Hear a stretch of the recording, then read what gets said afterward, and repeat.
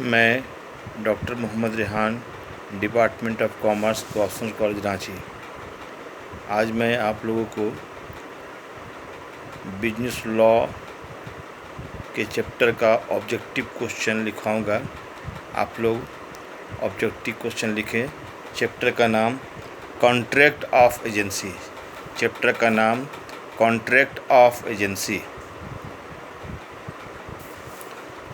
पहला आप लोग मल्टीपल चॉइस क्वेश्चन लिखें।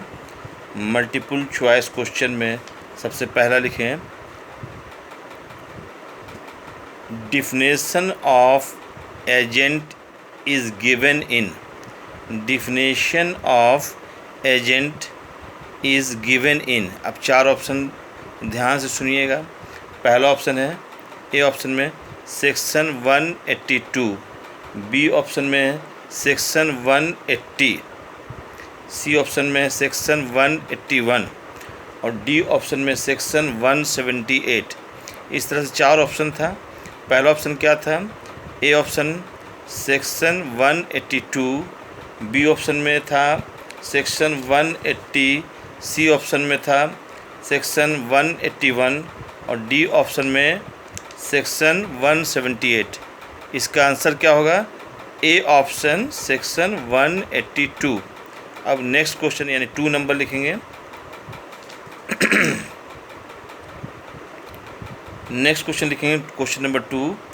इन case of a minor agent, in case of a minor agent the liability lies and, चार option, दी principal, पहला option में क्या था? दी प्रिंसिपल, दूसरा ऑप्शन यानी बी ऑप्शन दी एजेंट और सी ऑप्शन में बोथ ए एंड बी और डी ऑप्शन में none of the above, none of the above.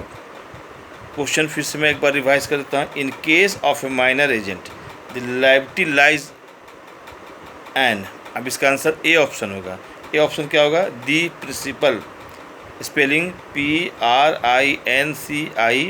PRINCIPAL, principal. Next question number 3 लिखेंगे, for his remuneration, for his remuneration an agent has, for his remuneration an agent has. अब चार option, पहला option में a particular lien, B option में general lien, C option में both A and B और D option में none of the above. इसका answer होगा option number A particular lien. Next question में लिखेंगे, दी reflection period is, the not reflection है, दी rectification period is. Rectification के spelling लिख लेंगे RECTIFICATION, rectification period is, the rectification period is. अब चार ऑप्शन सुने। पहला ऑप्शन में ए 12 मंथ्स, बी ऑप्शन में 6 मंथ्स, सी ऑप्शन में 9 मंथ्स, डी ऑप्शन में है रीजनेबल टाइम। इसका आंसर होगा D option, reasonable time. Next question लिखेंगे, an agent is personally liable when he acts for, an agent is personally liable when he acts for. अब इसका चार option, पहला an undisclosed principal, B option में a principal not in existence और C option में a named principal और D option में all of the above. इसका आंसर होगा an undisclosed principal. Next question, an agency can be terminated by the court, चार option, in the case of revocation by the agent, A option था, B option में in the case of insolvency of the principal, C option में in the case of revocation of the principal और D option में in the case of an agreement. इसका answer होगा B option, in the case of insolvency of the principal. Next question लिखेंगे, when an undisclosed principal subsequently intervenes, the other contracting party may sue. अब लिखिए, when an undisclosed principal subsequently, उसका spelling SUBSEQUENTLY, subsequently intervenes,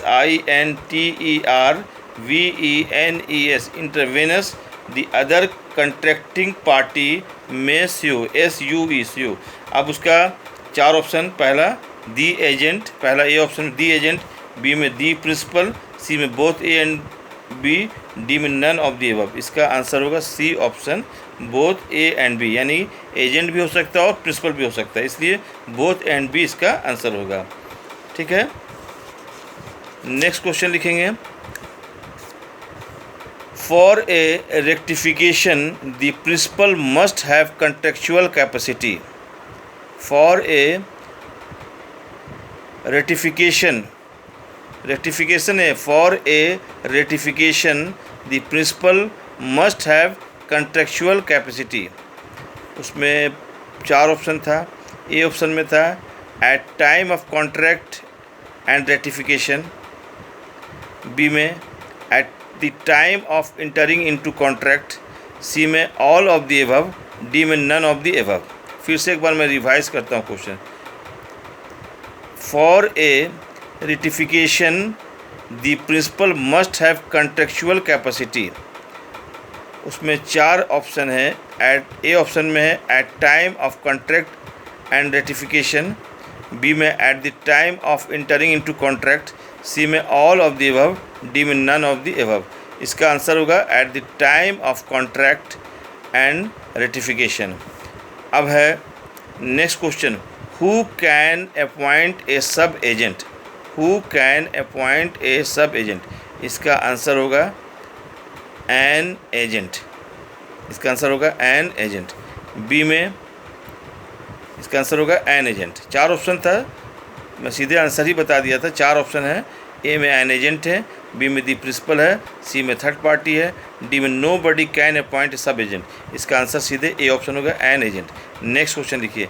N agent in acting for an undisclosed principal. An agent in acting for an undisclosed principal. इसका चार option. पहला option में principal, B में agent, C में both and B, और D में none of the above. इसका answer होगा बोथ ए एंड बी, यानी प्रिंसिपल और एजेंट दोनों इसका आंसर होगा. ठीक है, नेक्स्ट क्वेश्चन लिखेंगे. Where an agent makes secret profit out of the business of agency, he loses. फिर से दोबारा मैं क्वेश्चन रिवाइज करता हूँ. Where an agent makes secret profit out of the business of agency, he loses. अब चार option सुनिएगा. His commission पहला ऑप्शन, बी में हिज रिम्यूनरेशन दूसरा ऑप्शन, सी में not only his profit but also his remuneration, और D में all of the above. चार ऑप्शन. पहला ऑप्शन क्या था? हिज कमीशन, दूसरा में था हिज रिम्यूनरेशन, और सी में था not only his profit but also his remuneration, और डी में ऑल ऑफ द एबव. इसका आंसर होगा C option, not only his profit but also his remuneration. ठीक है, नेक्स्ट में है dash dash dash is a mercantile agent. Dash dash dash is a mercantile agent. इसका चार option. पहला option में वाइफ था, ए ऑप्शन में, बी में हस्बैंड था, सी में लीगल एडवाइज़र, डी में गार्जियन. तो इसका आंसर होगा लीगल एडवाइज़र. Legal adviser. अब आप लोग ट्रू और फॉल्स लिखेंगे. ट्रू और फॉल्स लिखेंगे. तो पहला लिखेंगे a minor can not be appointed as an agent as he is not competent to contract. मैं दोबारा रिवाइज कर रहा हूँ question. A minor can not be appointed as an agent as he is not competent to contract. इसका answer होगा false. Next question. A minor can be appointed as agent. A minor can be appointed as agent. इसका answer होगा false. Next question. A minor can B agent but he will not be personally liable in contract. A minor can be agent but he will not be personally liable in contract, इसका answer होगा false. Next question, the existence of the principal at the time of entering into contract is necessary. The existence of the principal at the time of entering into contract is necessary, इसका answer होगा true।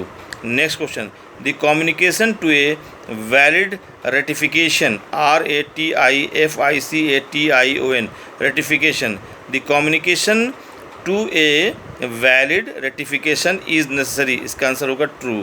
Next question, a substitutes agent is a sub agent, a substitutes agent is a sub agent. Substitutes का spelling लिख लीजिए, SUBSTITUTES, substitutes agent is a sub agent, इसका answer होगा false. Next question, a contract of agency without consideration is void, a contract of agency without consideration is void, इसका answer होगा false. Next question, unlawful act can not be ratified, unlawful act can not be ratified, इसका answer होगा true. Next question, a principal is employed to work for another person, a principal is employed to work for another person, इसका answer होगा true. Next question, an agent is employed to work for another person, an agent is employed to work for another person, इसका answer होगा true. अब आइए fill in the blanks. तो पहला, A dash dash dash is liable, LIABLE, liable for the acts of his agent.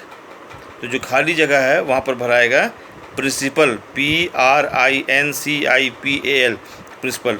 Next 2 number, dash dash dash is not required for the creation of agency, dash dash dash is not required for the creation of agency, यहाँ पर लिखाएगा consideration, consideration, CONSIDERATION, consideration. Next question, dash dash dash is appointed by the agent, तो इसका answer होगा sub agent, sub agent. Next question, question number 4, ratification of dash dash dash of voidable contracts, तो इसका answer होगा can be done, can be done. फिर से मैं दोबारा रिवाइज कर रहा हूँ question, ratification of dash dash dash of voidable contract, तो इसका आंसर होगा जो खाली स्थान है वहाँ भराएगा can be done. Next question 5 number, an agency by necessity arises in dash dash dash circumstances, तो वो खाली जगह पर भराएगा अर्जेंट, अर्जेंट, ठीक है। Next question number 6, ex past facto agency is known as dash dash by ratification, दोबारा revise कर रहा हूँ, ex post facto agency is known as dash dash dash by ratification, तो जो खाली जाएगा वहाँ भराएगा agency, agency. Next 7 number, an agent is entitled to retain dash dash and leave life for his remuneration. Next question है, an agent is entitled to retain dash dash and live for his remuneration, तो जो खाली जगह वहाँ भराएगा goods, क्या भराएगा goods, 7 number में गुड्स भराएगा। 8 number, ratification must be done in dash dash dash time, तो खाली जगह है उसको भरिएगा रीजनेबल, खाली जगह पर रीजनेबल टाइम, यानी ratification must be done in reasonable time, तो फिल इन द ब्लैंक्स में रीजनेबल टाइम भराएगा वहाँ पर, ठीक है। Thank you.